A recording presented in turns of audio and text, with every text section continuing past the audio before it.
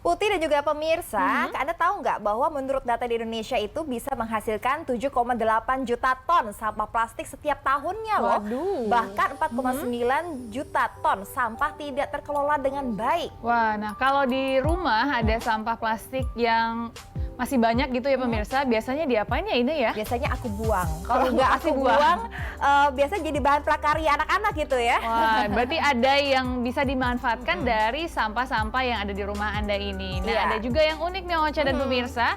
Kalau sampah-sampah mikroplastik kayak bungkus kopi instan bisa disulap jadi bahan bangunan, ini dia informasinya untuk Anda.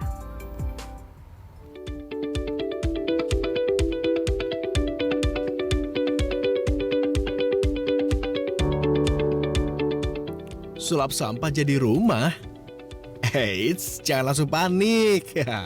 Karena tertarik dengan gaya hidup minim sampah plastik, Ovi Sabrina berinovasi mengolah sampah mikroplastik. Contohnya, paving block dan tertata artistik ini. Rumah jadi rapi dan cantik. Yui!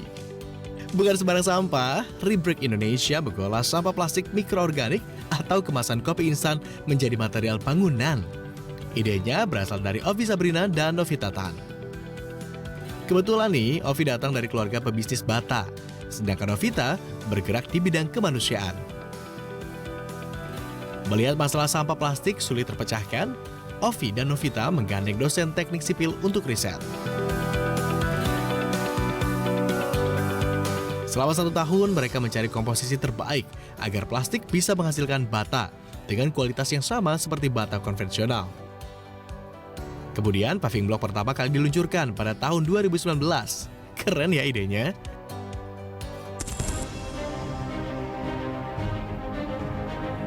Bata-bata ini sudah teruji bisa menahan beban 250 kg per cm persegi loh. Nah, alasan inilah yang membuat bata dari Rebrix Indonesia memiliki mutu kelas P. Sehingga konblok cocok digunakan sebagai lahan parkir, trotoar, dan taman. Hebatnya lagi nih, inovasi bahan bangunan ramah lingkungan ini berhasil meraih berbagai penghargaan. Ovi dan Novita dianugerahi Eclipse Leadership Energy Award, sebuah apresiasi bagi para pemimpin dan agen pembuat perubahan di Asia dari Asia School of Business Malaysia. Bravo ya buat Ovi dan Novita. Nah, untuk mengetahui lebih dekat dengan bahan bangunan yang dibuat dari mikroplastik ini, di studio kami sudah ada pendirinya, yaitu Mbak Ovi Sabrina dan Mbak Novita Tan. Halo, selamat pagi Mbak Ovi dan Mbak Novi. Nah, ini Mbak Novi, Mbak Ovi, terima kasih sudah hadir di studio kami. Ini sangat menarik sekali, di mana Anda bisa mendaur ulang sampah mikroplastik menjadi bahan bangunan yang sangat serbaguna ya. Ini idenya dari mana Mbak Ovi? Sebenarnya sih idenya tuh awalnya karena ketertarikan pribadi ya. Jadi kami berdua tuh memang udah berusaha untuk mengubah gaya hidup menjadi lebih zero waste gitu saat itu. Dan kebetulan kami berpikir sebenarnya ada jenis-jenis sampah plastik yang nggak bisa didaur ulang. Seperti yang tadi disebutkan, seperti saset-saset, kemasan-kemasan lunak. Itu tuh saat ini kita belum punya solusi yang mumpuni gitu. Jadi saat itu kita idenya sebenarnya sederhana. Apa yang bisa kita lakukan untuk sampah-sampah ini gitu. Kebetulan aksesnya ada di bangunan, dan kalau kita bangun menjadi suatu bahan bangunan jadi rumah kan nggak mungkin setelah dipakai dihancurkan dong gitu. Jadi kita pikir oke, kita coba untuk mengubahnya jadi bahan bangunan kayak gitu sih. Oke, berarti selain bahan bangunan konblok, bisa dari sampah mikroplastik ini bisa dibuatkan sebagai bahan bangunan apa lagi selain konblok tadi? Jadi kami ini kita udah punya 3 produk, paving block, batako untuk bangun dinding, dan satu lagi roster kayak gitu sih untuk sofa ya. Oke, baik. Nah, ini kenapa harus plastik saset sih? Apakah jenis plastik lainnya juga bisa? Sebenarnya dari semua jenis sampah plastik ada satu jenis sampah yang quote and quote momoknya dari sampah plastik, yaitu single use plastik atau kita sebutnya saset-sasetan lah ya. Iya. Saset ini nih tidak bisa, susah sekali untuk didaur ulang. Jadi kenapa kita ambil bagian saset? Karena kita pengen mencoba mendaur ulang jenis sampah plastik yang tidak bisa didaur ulang ini gitu. Nah, untuk harganya sendiri, apakah ada perbedaan? Apakah mungkin lebih murah dari bahan bangunan yang biasanya dipakai? Sebenarnya visi dari Rebrick sendiri adalah bukan menjadi barang recycle yang yang niche gitu, yang cuma sekali jadi. Karena kita fokusnya ke bahan bangunan, tentunya harga adalah salah satu yang sangat kita pikirkan. Jangan sampai kita bikin recycle tapi ternyata harganya sangat tinggi. Jadi bisa dibilang harga produk kita sangat kompetitif dengan paving atau hollow block yang konvensional. Gitu. Oke, baik. Nah, ini kan fungsinya sama-sama ingin menjadi bahan untuk bahan bangunan. Tapi dari kualitasnya sendiri bagaimana? Apakah bisa disamakan ataukah mungkin bisa menjadi lebih kuat atau mungkin malah sebaliknya? Jadi kalau visi kami sebenarnya kita pengen jadi bahan daur ulang kami ini harus bisa kompetitif secara kualitas dengan konvensional. Jadi kami melakukan tes juga di laboratorium di Indonesia dan di Singapura. Kita udah tes untuk kuat tekan dan kita mengikuti berusaha memenuhi kriteria yang sudah ada di SNI. Jadi kita punya kuat tekan itu sudah sesuai dengan kriteria yang ada di SNI untuk batako dan paving block. Selain itu kita juga tes untuk ketahanan api di Singapura dan kita lolos tes untuk combustibility ini seperti itu sih. Oke, baik. Dan bagaimana tanggapan dari para pengguna yang sudah menggunakan seperti corn block yang terbuat dari mikroplastik ini? Apakah ada pendapat dari mereka, mungkin tanggapan mereka setelah menggunakan corn block ini?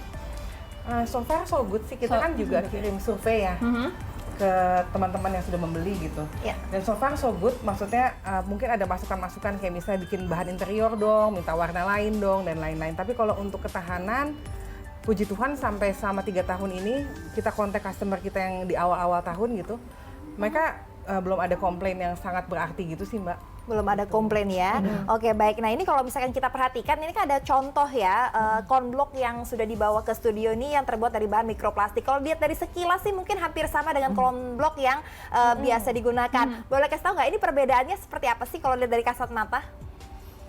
Kita bawa 2 nih kebetulan, satu yang konvensional, satu yang Rebrix punya. Jadi kalau kita boleh belah, sebenarnya kalau bagian atas dari Rebrix itu kita usahakan tidak ada sampah plastiknya. Itu untuk mencegah mikroplastiknya kemana-mana. Tapi kalau dibelah sebenarnya ini di dalamnya tuh udah banyak banget mikroplastiknya ya, sampah single use plastiknya. Kalau dari luarnya sih jelas tidak ada perbedaan.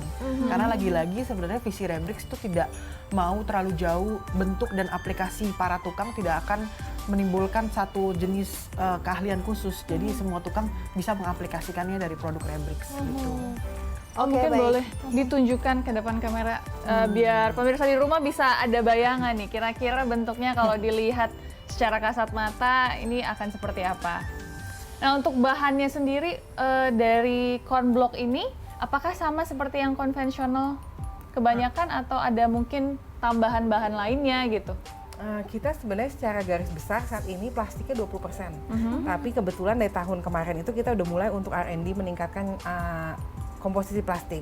Goal kita pengen menaikkan komposisi plastik menjadi 40%. Tapi so far kita baru berhasil untuk dapat 30%. Jadi kalau ditanya komposisinya berbeda atau enggak, tentunya sebenarnya secara garis besar kita masih pakai bahan-bahan konvensional.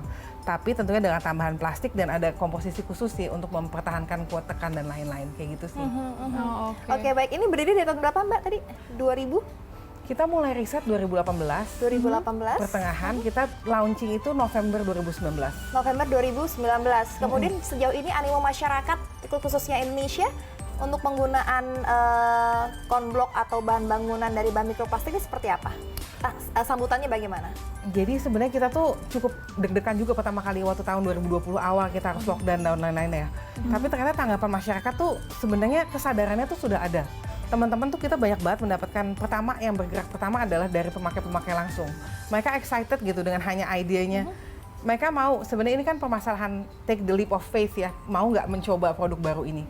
Dan kita mendapat dukungan banyak ya dari secara konsumen langsung. Dan tahun-tahun terakhir ini kita juga ada banyak dukungan dari arsitek-arsitek, developer gitu sih.